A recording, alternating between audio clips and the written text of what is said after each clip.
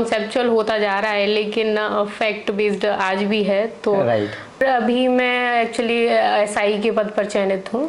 और 20 मार्च को अभी हाल ही में मैंने ट्रेनिंग ज्वाइन की थी, और फिर मैं अभी 15 दिन के अंतराल पे ही सर मेरा पीसीएस में सिलेक्शन। मेरा पायलट V5 मैंने यूज़ की थी, उसकी स्पीड, उसका राइटिंग काफ़ी अच्छा लगा मुझे। मैंने इसकी मेंस की तैयारी भी प्रीलिम्स के बाद ही की थी, अब के भी। तो एवरीवन, वेलकम टू स्टूडेंटो। सो हमारे साथ है प्रतीक्षा मैम, जिनका 16 रैंक के साथ नायब तहसीलदार के पोस्ट पर सिलेक्शन हुआ है यूपी पीसीएस में। मैम अलीगढ़ के पास रहकर तैयारी करते थे अपने घर से, तो आज उनसे हम जानेंगे उनकी स्ट्रैटेजी, बुक लिस्ट और कैसे उन्होंने तैयारी वगैरह करी है।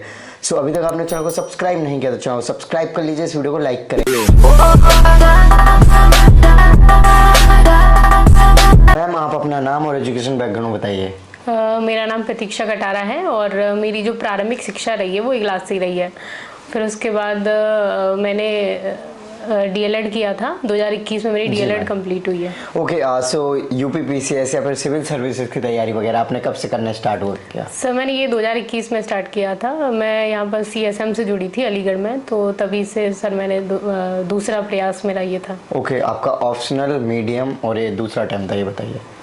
सर ऑप्शनल था मेरा ज्योग्राफी और हिंदी माध्यम से हूँ मैं, और सर ये मेरा दूसरा प्रयास है। ओके, सो मैम पहले प्रयास के बारे में थोड़ा सा बताइए, क्या था? सर पहले प्रयास में मैं प्रीलिम्स हुआ था मेरा, और मींस नहीं हो पाया था मेरी गलतियों की वजह से, और दूसरे प्रयास में मैं सर ये फाइनल तक पहुंची हूँ। ओके, सो अगर हम आपसे जानना चाहें मैम कि अभी आपका क्या रिएक्शन था या फिर आपके फैमिली वालों का जब रिजल्ट आया तो?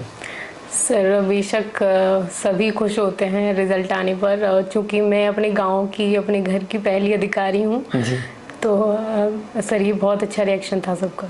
ओके, सो थोड़ा सा तैयारी जब स्टार्ट करी तो थोड़ा सा इसके बारे में बताइए कि मैम कैसे डायरेक्टली आपने कोचिंग ली या फिर किस तरीके से स्टार्ट किया पढ़ना? सर मेरी एक दोस्त ने बताया था सीएसएम के बारे में अलीगढ़ में, तो 2021 फरवरी में मैंने ये ज्वाइन की थी। और उसके बाद वहाँ पर आदरणीय पंकज सर, राजवीर सर, रिंकू भैया और बाकी सभी मेरे सहयोगी के मार्गदर्शन और सहयोग से सर मैं ये इस मुकाम तक आई। ओके, सो जैसे कि सिविल सर्विसेज या फिर यूपी पीसीएस, आपने इसके अलावा कोई और एग्ज़ाम दिया जैसे यूपी पीसीएस और यूपीएससी के ऐसे करेंगे? सर अभी मैं एक्चुअली एसआई के पद पर चयनित हूँ। और 20 मार्च को अभी हाल ही में मैंने ट्रेनिंग ज्वाइन की थी, और फिर मैं अभी 15 दिन के अंतराल पे ही सर मेरा पीसीएस में सिलेक्शन हो गया। Okay, great ma'am. So ma'am थोड़ा सा स्ट्रैटेजी बताइए कि आपने क्या स्ट्रैटेजी फॉलो करी थी या फिर किस प्रकार से अपनी रणनीति बनाई थी? सर स्ट्रेटजी की हम बात करते हैं तो सबसे पहले हम एनसीईआरटी को पढ़ना स्टार्ट करते हैं 6th लेके 12th तक जी। और फिर उसके बाद हम स्टैंडर्ड बुक्स पे आते हैं, हिस्ट्री, पॉलिटी, ज्योग्राफी, इन सब की जो स्टैंडर्ड बुक्स मार्केट में अवेलेबल हैं, जो कि किसी भी यूपीएससी एस्पायरेंट जो सिलेक्टेड होते हैं उनकी बुक लिस्ट हम देख सकते हैं। और उसके अलावा ये घटना चक्र के आते हैं प्रीलिम्स के लिए और मेंस के लिए भी। तो मैंने वो चीज़ फॉलो की थी, और मैंने सुनिश्चित किया था कि मैं अपने शॉर्ट नोट्स ज़रूर बनाऊं, जिससे कि सर अब क्या होता है कि बुक पढ़ने की ज़रूरत नहीं पड़ती है, वो हम शॉर्ट नोट से ही अपना काम चला लेते हैं। ओके, सो मैम प्रीलिम्स और मेंस की जो तैयारी है वो आपने साथ में करी है फिर अलग अलग करी थी? सर मैं प्रारंभिक से बताना चाहूँगी, जैसे कि 2021 का जो मेरा पहला प्रयास था, तो मैंने प्रीलिम्स तक कोई भी मेंस की तैयारी नहीं की थी, क्योंकि मुझे डर लग रहा था कि प्रीलिम्स होगा या नहीं होगा। तो फिर जब प्रीलिम्स हो गया मेरा, तो 3 महीने का वक्त मुझे मिला था, तो उसमें मैंने मेंस की तैयारी स्टार्ट की थी। तो उस रीज़न से चूँकि प्रैक्टिस उतनी नहीं हो पाई थी, तो उसमें नहीं हो पाया मेरा। और चूँकि अब दूसरे प्रयास में मेरा पहला अनुभव भी था, तो हालांकि मैंने इसकी मेंस की तैयारी भी प्रीलिम्स के बाद ही की थी, अब के भी। तो अनुभव और प्रैक्टिस ये दोनों ही सर अब के काम। सो मैम जैसे कि आप इधर अपने गांव में रहकर तैयारी करते थे, तो जो मटेरियल वगैरह चाहिए होता है, जैसे कि डिफरेंट अभी आपने कोचिंग्स का बताया, बुक्स बताइए, कैसे करते थे? सर बेसिकली तो कुछ तो हमारे अलीगढ़ में मिल जाती हैं, और जैसे कि कभी मुझे ऑनलाइन की आवश्यकता पड़ती थी, तो मैं स्टूडेंट्स फ़ोटो स्टेट करके एक शॉप है, तो उससे मैं ऑनलाइन मंगा लिया करती थी, जो कि काफ़ी सही रेट में मिल जाती हैं मुझे चीज़ें, और अच्छी क्वालिटी में चीज़ें हमें मिलती हैं। तो मैं चाहूँगी कि आप लोग उसे ज़रूर देखें। सो मैम, अगर हम आपसे जानना चाहें कि प्रीलिम्स के जब पहले तैयारी करते हैं तो कुछ महीने पहले क्या रहता है आपका तैयारी करने का तरीका, क्योंकि आपने लास्ट टाइम भी दिया था तो उसके बारे में। सर, चूँकि सबसे पहली जो हमारी प्राथमिकता होती है वो नोट्स बनाने की रहती है। तो नोट्स का हम मल्टीपल रिवीजन करते हैं एग्ज़ाम से पहले, और एक साल की जो करंट आती है, अब चूँकि जो मेरा पहला प्रयास था उसमें मैंने मंथली करंट को फॉलो किया था, लेकिन दूसरे प्रयास में एसआई की वजह से मैं नहीं कर पाई थी जी। तो फिर मैंने एक घटना चक्र की दृष्टि करके एक बुक आती है, एक साल की, उसमें करंट रहती है, तो सर उससे मैंने करंट मतलब पढ़ी थी। और बाकी सब्जेक्ट के लिए मैंने रिवीजन का बार बार रिवीजन किया था, और एक लूसेंट जो आती है, एक पतली सी बुक आती है जिसमें कि सारे सब्जेक्ट होते हैं। राइट। तो मैं मानती हूँ कि उसे पूरी पढ़ लेना ज़्यादा सही है यूपी पीसीएस के हिसाब से। यूपीएससी के लिए मैं नहीं कह सकती, लेकिन यूपी पीसीएस के लिए हमें उसको ज़रूर पढ़ना चाहिए। फैक्ट्स ज़्यादा रहते हैं उसमें, इसलिए। जी जी जी बिल्कुल। और यूपी पीसीएस हमारा हालांकि कॉन्सेप्चुअल होता जा रहा है, लेकिन फैक्ट बेस्ड आज भी है, तो उससे कॉन्सेप्ट हमारा मतलब क्लियर हो जाता है, सारी डेट्स वगैरह जो होती हैं। ओके मैम, एवरेज अगर हम आपसे जानना चाहें तो कितने घंटे आप डेली पढ़ते थे और क्या शेड्यूल रहता था? सर, मुझे लगता है घंटे के हिसाब से नहीं, हमारी जो डेली टारगेट्स होते हैं उसको हमें देखना चाहिए।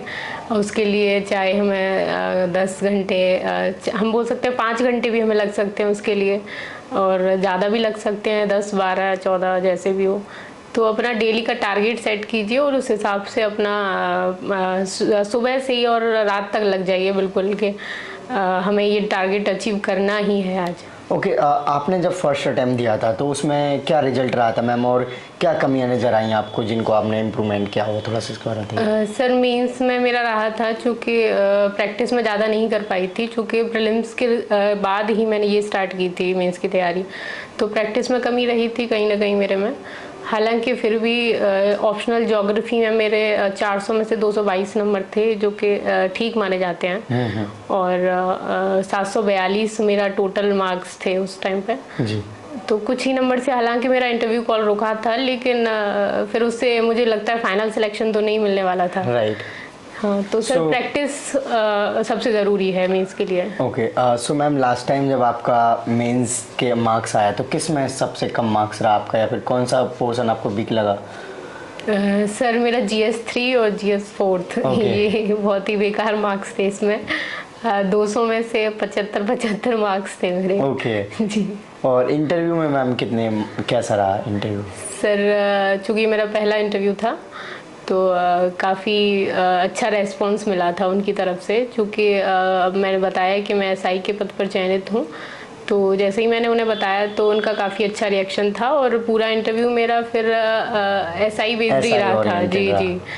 तो क्या पूछा था ऐसा मैम, थोड़ा सा बताएंगे? जैसे कि यूपी पुलिस का मोटो क्या है, और आपकी प्रायोरिटीज़ क्या हैं, मतलब पोस्ट जो प्रेफरेंस है आपकी, और DSP क्यों नहीं है आपकी सेकंड प्रेफरेंस जी। और एक मेंबर ने पूछा था कि आप SI हैं और एक अपराधी को न्यायालय तक ले जा रही हैं, और एक नेता का दबाव आता है कि अरे बीच में उतार दीजिए उसे और मतलब पूरा दबाव बन रहा है यहाँ पर, तो आप इस स्थिति में क्या करेंगी? तो मेरा बिल्कुल एकदम स्ट्रेट फॉरवर्ड आंसर था कि नहीं सर, हम ऐसा नहीं करेंगे, जो भी नियमानुसार कार्रवाई होगी और हम उसे पूरा करेंगे, और इस तरह के दबाव को हम हैंडल करेंगे। और सर लास्ट में अच्छा रिएक्शन मुझे इस तरीके से लगा कि उन्होंने बोला धन्यवाद इंस्पेक्टर साहिबा। ओके। तो ये मुझे काफ़ी अच्छा लगा और मैं काफ़ी खुश होकर बाहर निकली। ओके, अच्छा एक चीज़ और मैम, नॉर्मली आपने अभी ये इंटरव्यू के बारे में बताया, तो अभी आप बता रहे थे कि आपने सेकंड प्रेफरेंस DSP नहीं दी जी। तो आपने क्या दिया था फर्स्ट और सेकंड प्रेफरेंस? थोड़ा सर, पहला मेरा था डिप्टी कलेक्टर जी, और दूसरा था मेरा ये डिप्टी SP, और तीसरा BDO, ओके ओके, नायब तहसीलदार, ओके, ये इनमें से रहे थे मेरे। Right ma'am. ओके, सो जैसे कि मैम आपका ऑप्शनल जो है ज्योग्राफी, तो आपको क्या लगता है कि ज्योग्राफी ऑप्शनल कितनी हेल्प किया, और ओवरऑल GS वगैरह में भी? सर, पहली बात तो GS फर्स्ट में ये काफ़ी हेल्प करता है हमारी, और चूँकि ज्योग्राफी एक स्कोरिंग सब्जेक्ट मुझे लगता है, चूँकि यहाँ पर मैप बनाने का हमें अवसर मिलता है, डायग्राम्स, फ्लो चार्ट और इस तरह की चीज़ें हमें मतलब अपने अंदर के कलाकार को जगाने का हमें अवसर मिलता है। तो बाकी सभी जीएस की मतलब जो ऑप्शनल हैं और जिनमें मेरी कमांड थी, तो उस हिसाब से मुझे ज्योग्राफी ही ठीक लगा। Okay ma'am, great. So ma'am, आपने आंसर राइटिंग वगैरह कैसी करी, और आंसर राइटिंग करते हुए आप किन चीज़ों का ध्यान करते थे, और कितना टाइम आपने आंसर राइटिंग को दिया? सर, एक जो हमारी अलीगढ़ में सिविल सर्विस मार्गदर्शिका है, तो यहाँ से डेली टेस्ट पेपर बन के आते हैं मींस के टाइम पे। तो वो हमें 3 घंटे में सॉल्व करने होते हैं, और जब लास्ट में जाके फिर हमें 2-2 पेपर सॉल्व करने को दिए जाते थे। हालांकि मैंने दिल्ली में भी जो दृष्टि आईएएस है, तो उसका भी मैंने टेस्ट सीरीज ज्वाइन की थी, जो कि काफ़ी सस्ते में हो गई थी। वो प्रीलिम्स जो जिन्होंने पास किया था वो उन्हीं के लिए सुविधा थी। तो 2 महीने के लिए वो हमने ज्वाइन की थी। तो दोनों का ही इसमें काफ़ी योगदान रहा था। और दृष्टि आईएएस में हम वहाँ पर 6-6 घंटे डेली आंसर राइटिंग करते थे, और उसमें रहता है कि आप फ्लो चार्ट अच्छे से बनाएं, जो क्वेश्चन में पूछा है उसे आप अच्छे से समझें और पॉइंट टू पॉइंट लिखें, और डायग्राम्स और पेन का भी मुझे लगता है कि सर यहाँ पर पेन का भी काफ़ी रोल रहता है। ओके, तो पेन कौन सा यूज़ करते थे आप? सर, पायलट V5 मैंने यूज़ की थी। उसकी स्पीड, उसका राइटिंग काफ़ी अच्छा लगा मुझे, और मुझे लगता है मेरी सफलता में एक रोल उसका भी है। Okay, great ma'am. अच्छा, पेन का नॉर्मली, हाँ, ये चीज़ मैं बहुत कम ही पूछा हूँ, शायद पूछे ही भी नहीं हूँगा, बट बच्चे कमेंट करते रहते हैं। तो थोड़ा सा और बताइए, पेन्स वगैरह में क्या और कैसे, और भी जैसे पेन हो गया, और भी क्या चीज़ें कर सकते हैं जिनसे कि बाकी जो हमें चीज़ें नहीं दिखाई देती हैं एग्ज़ाम में, इनडायरेक्टली हेल्प करती हैं? सर, मुझे लगता है कि हमें प्राणायाम, योगा भी करनी चाहिए उस टाइम पे, क्योंकि जब हम 6 घंटे वहाँ पर लिखते हैं एग्ज़ाम हॉल में, तो वो भी 4 दिन, और आप लगातार पेपर वहाँ पर लिख रहे हैं, तो उस तरह की डिप्रेशन की स्थिति भी कभी कभी आ जाती है, समस्या। और चूँकि मुझे याद है कि जब मेरा ज्योग्राफी का पेपर था, तो मैं सुबह, जैसे कि कल मेरा पेपर है, तो मैं सुबह 5 बजे सोई थी, तो मेरी तबीयत उस टाइम पे ख़राब हो गई थी। तो नींद का अच्छे से ध्यान रखें, योगा करते रहें, जिससे कि शरीर भी स्वस्थ रहता है, और अकड़न वगैरह बैठते बैठते नहीं होती है। और पेन का विशेष ध्यान रखें। और शुरुआत में सर क्या हुआ कि मुझे लगता था ये पेन तो काफ़ी महंगी है, चूँकि 70-80 रुपए की आती है वो पेन। मैं तो यूज़ नहीं किया आज तक 70-80 रुपए का। तो उस तरह के मेरा ये रहता था, नहीं मैं इतनी महंगी पेन नहीं कर पाऊंगी यूज़, पापा के पैसे से नहीं कर पाऊंगी मैं तेरा खर्चा। लेकिन फिर मैंने अपना मन पक्का किया कि सफलता के लिए एक सीढ़ी है और सही। ओके मैम, जो मेंस वगैरह आप देते हैं, तो मेंस का जो गैप होता है और एग्ज़ाम्स का प्रेशर भी होता है कि एक पेपर देकर आए फिर दूसरा देना, फिर ऐसे करके, तो इस प्रेशर को कैसे हैंडल करते थे? सर, प्रेशर तो मुझे लगता है हर एग्ज़ाम का एक हिस्सा होता है, जिसे कि हम नहीं मतलब इनकार कर ही नहीं सकते हम इससे, और ये विद्यार्थी के जीवन का बिल्कुल एक हिस्सा है, और इसे हमें एक्सेप्ट करना चाहिए। और जब आपने पढ़ा है तो जाहिर सी बात है थोड़ा सा प्रेशर रहेगा भी, जो नहीं पढ़ते फिर उन पर कोई प्रेशर भी नहीं होता। तो इस तरह के प्रेशर को सकारात्मक रूप से लेना चाहिए, और एग्जाम में अच्छी तरह मतलब अच्छा परफॉर्म करने का प्रयास करना चाहिए। ओके, एक चीज़ और मैम, इस बार अगर देखें हम यूपी पीसीएस के रिजल्ट में, तो मैक्सिमम गर्ल्स के द्वारा कहीं ना कहीं सिलेक्शन लिया गया है बढ़ चढ़कर, जो कि हम पहले अगर प्रीवियस रिजल्ट्स में कंपैरिजन करें तो काफ़ी कम गर्ल्स पार्टिसिपेट करते थे। तो कहीं ना कहीं गर्ल्स के लिए भी एक अच्छी अपॉर्चुनिटीज़ हैं, क्योंकि कहीं ना कहीं गर्ल्स को ये देखा जाता था कि 12वीं हो गई, ग्रेजुएशन हो गया, शादी वगैरह कर दी जाए। तो मैम थोड़ा सा इसके बारे में कि बाकी गर्ल्स कैसे और आए इन एग्जाम्स में?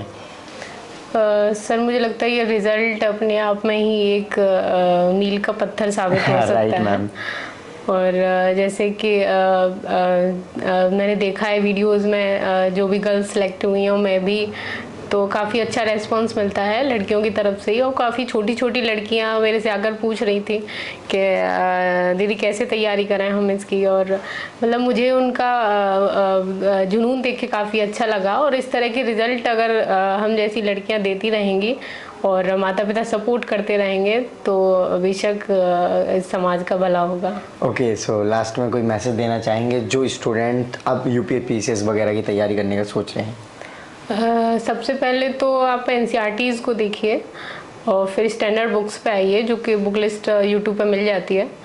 और कम से कम 3-4 रीडिंग करने के बाद हमें शॉर्ट नोट्स बनानी चाहिए। फिर उसके बाद उनका ही मल्टीपल रिवीजन करते हैं और करंट पर विशेषकर ध्यान दें। और एक मेरा ये कहना है कि लगातार लगे रहिए। सफलता एक दिन में नहीं, लेकिन एक दिन ज़रूर मिलती है। राइट। तो बस मैं यही कहना चाहूँगी। Okay, so thank you so much ma'am for your lovely message. Thank you. So friends, आपने देखा कि मैम ने अपनी जर्नी को शेयर किया, साथ ही साथ अपने एक्सपीरियंस को बताया, सो दैट कि आप भी कुछ हेल्प ले सकें अपने एग्जाम्स के प्रिपरेशन में। सो ये आपको वीडियो अच्छी लगी होगी तो इस वीडियो को लाइक करें। अभी तक आपने चैनल को सब्सक्राइब नहीं किया तो चैनल को सब्सक्राइब कर लीजिए। जय हिंद।